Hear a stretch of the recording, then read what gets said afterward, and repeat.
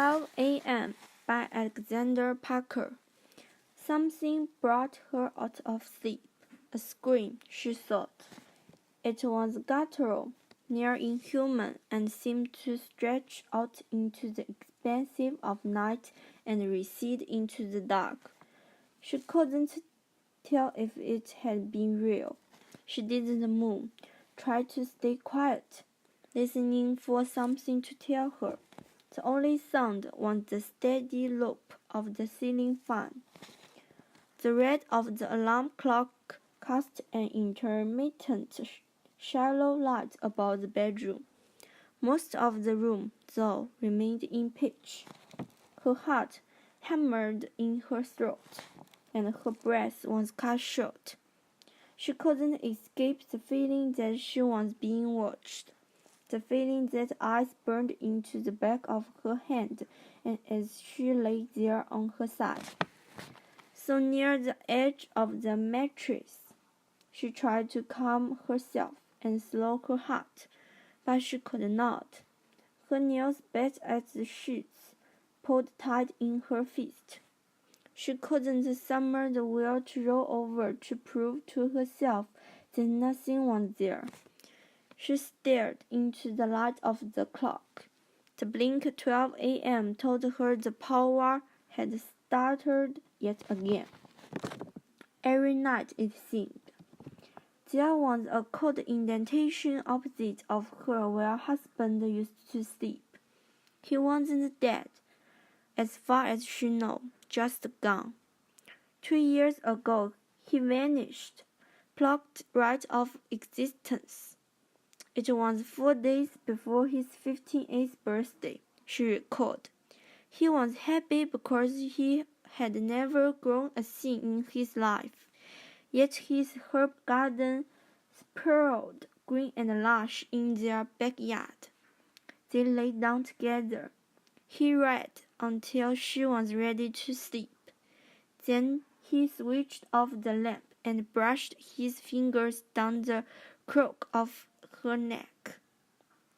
That was the last time she saw him or felt his touch. She never felt him slip away, never felt the bed shift. It was as if he had waited until she was dead asleep and walked away into the night with no more than his shirts. His car remained, his keys, his clothes, even his glasses still sat on the nightstand next to the book he had been reading that night. Some sun wrinkled the crime thriller. The red bookmark still protruded from the yellowed pages, a thin forked tongue. She still hadn't moved everything. If he walked back into his life those years later, he might only find that his herb garden had died, and that his wife's hair had finally gone grey. Even with the relics of his life surrounding her, she couldn't bring herself to think of him for very long. Her mind would wander, as if trying to escape the memory of him. Then a gentle pain would grow in the back of her skull, changing into a hammer with every beat of her heart. In a way, she thought he might slip away completely if she put his things up, consigned them to some cardboard box in the attic. So she kept them around, like angels, to keep him with her. Anticipation drove the pain deeper into her. To hear his footsteps in the hall, to playfully bicker over nothing too important, to hear his laugh from another room, to take comfort in the rhythms of life with which they had attuned.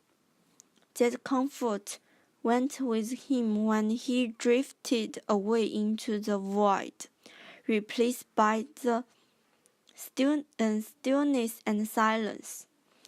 She ached to feel him again, to feel warmth exchange the skin on skin. She closed her eyes, squeezed them shut, feel his light face slipping away again, but tried to hold on. The room had gone cold despite the warmth of summer night. She knew that no one was watching her in that lonely house. She knew she was alone. She took a deep breath and rolled herself over to face that cold spot in the bed where her lost husband used to rest, and opened her eyes again. She could see little. The light of the clock continued to give a dim blink, casting a near light about the room. She gazed out into the void in front of her. Her chest and throat tightened. She resisted the urge to whisper his name to the dark, knowing it was only summer tears. Summer rain pattered on the tin roof and against the curtained window. More became clear in the lurid rhythm of the clock's night. Murky shapes began to take hold in her vision, and she began to suspect that something lay before her on the bed. Yet the darkness existed at a perfect precipice, in which shapes would appear to seem within it, so difficult for the eyes to grasp. Lightning struck. A brief illumination followed by a ripple of thunder. And she maintained in her mind that something was there. The rain started down hard, and the wind howled and beat at the walls. Then a sight met her, the smell of breath, warm and fit, nearly deniable. Her heart lodged like a stone in her throat, and her hand began to reach forward before she could think to remain still. She stopped, hand hovering over the crinkled sheet before her. Her sense of being watched resurged with near certainty. She reached forward, a crawling pace, fingers extended.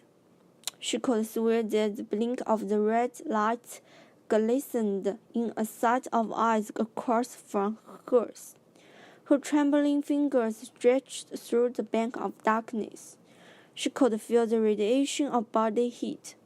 Her fingers stopped against something, traced the surface of warm flesh.